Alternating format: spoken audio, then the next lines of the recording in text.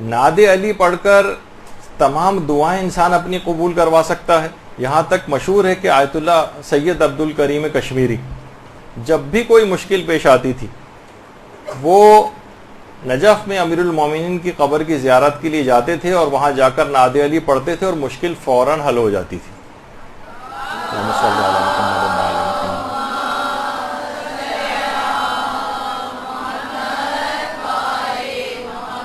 اور بہت سارے وہ علماء کے جنہوں نے عملیات پر کتابیں لکھی ہیں باقاعدہ، اس جیسے کہ رہنمائے گرفتاران ہے یا ذکر ہے شگفت عارفان ہے، اس کی دوسری جلد میں باقاعدہ ناد علی کو بطور مجرب دعاؤں کی قبولیت کے لیے اس کو قرار دیا گیا ہے. اور علماء عرفان فرماتے ہیں کہ ناد علی سے جو دعائیں قبول ہوتی ہیں، ناد علی کے کچھ موکل فرشتے ہیں، فرشتے معین ہیں کہ ادھر جو کوئی ناد علی پڑھے اور ادھر فوراً اس کی حاجت کو قبول کروا دیا جائے.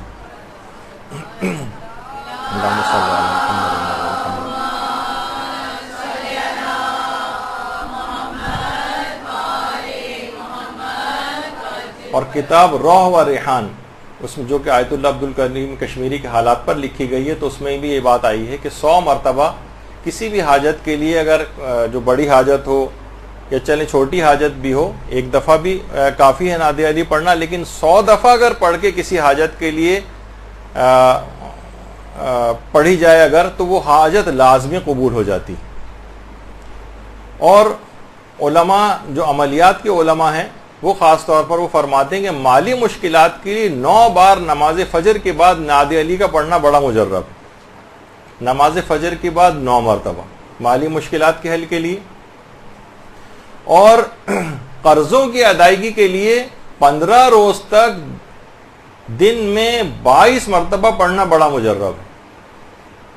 اگر کسی پر قرضے ہوں تو 15 روز تک 22 مرتبہ روزانہ اس کو پڑھے. آیت اللہ عبد الکریم کشمیری فرماتے تھے کہ ناد علی کے بے شمار فائدے ہیں، بلکہ معجزات تک دیکھے گئے ہیں اس کے نتیجے میں. یہاں تک کہ ایک بڑا مشہور واقعہ آیت اللہ شیخ جعفر مجتہدی کا.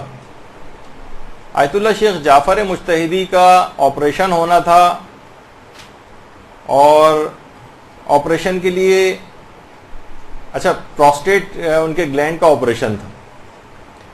آپریشن کے لیے 2 بڑی مشکل سے تیار ہوئے کہ 2 شرطوں پہ میں آپریشن کرواؤں گا. ایک تو یہ کہ مجھے بے ہوش نہیں کیا جائے گا، دوسرا کہ مجھے کسی کا خون نہیں چڑھایا جائے گا. اس کی وجوہات انہوں نے نہیں بتائیں.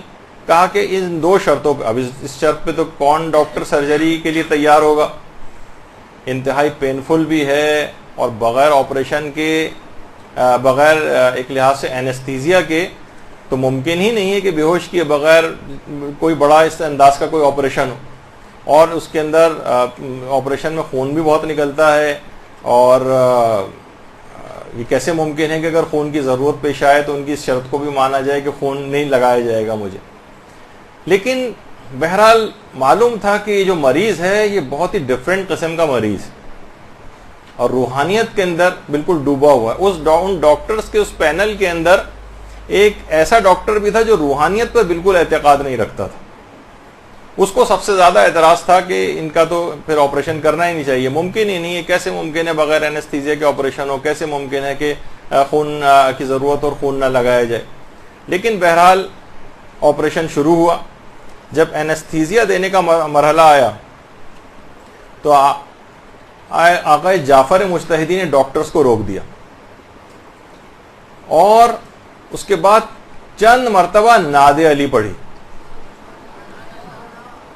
اور جب ناد علی پڑھ چکے تو کہا اب آپریشن شروع کرو.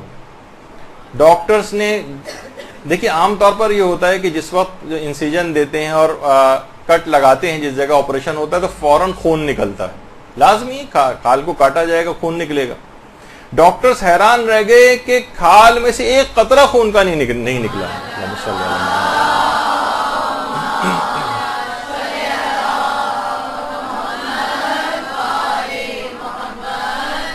ڈاکٹرز کو اپنی نگاہوں پر یقین نہیں آ رہا تھا. پورا آپریشن ہوا، نہ کوئی خون نکلا، نہ کسی بلڈ کو ٹرانسفیوژن کی کوئی ضرورت پیش آئی.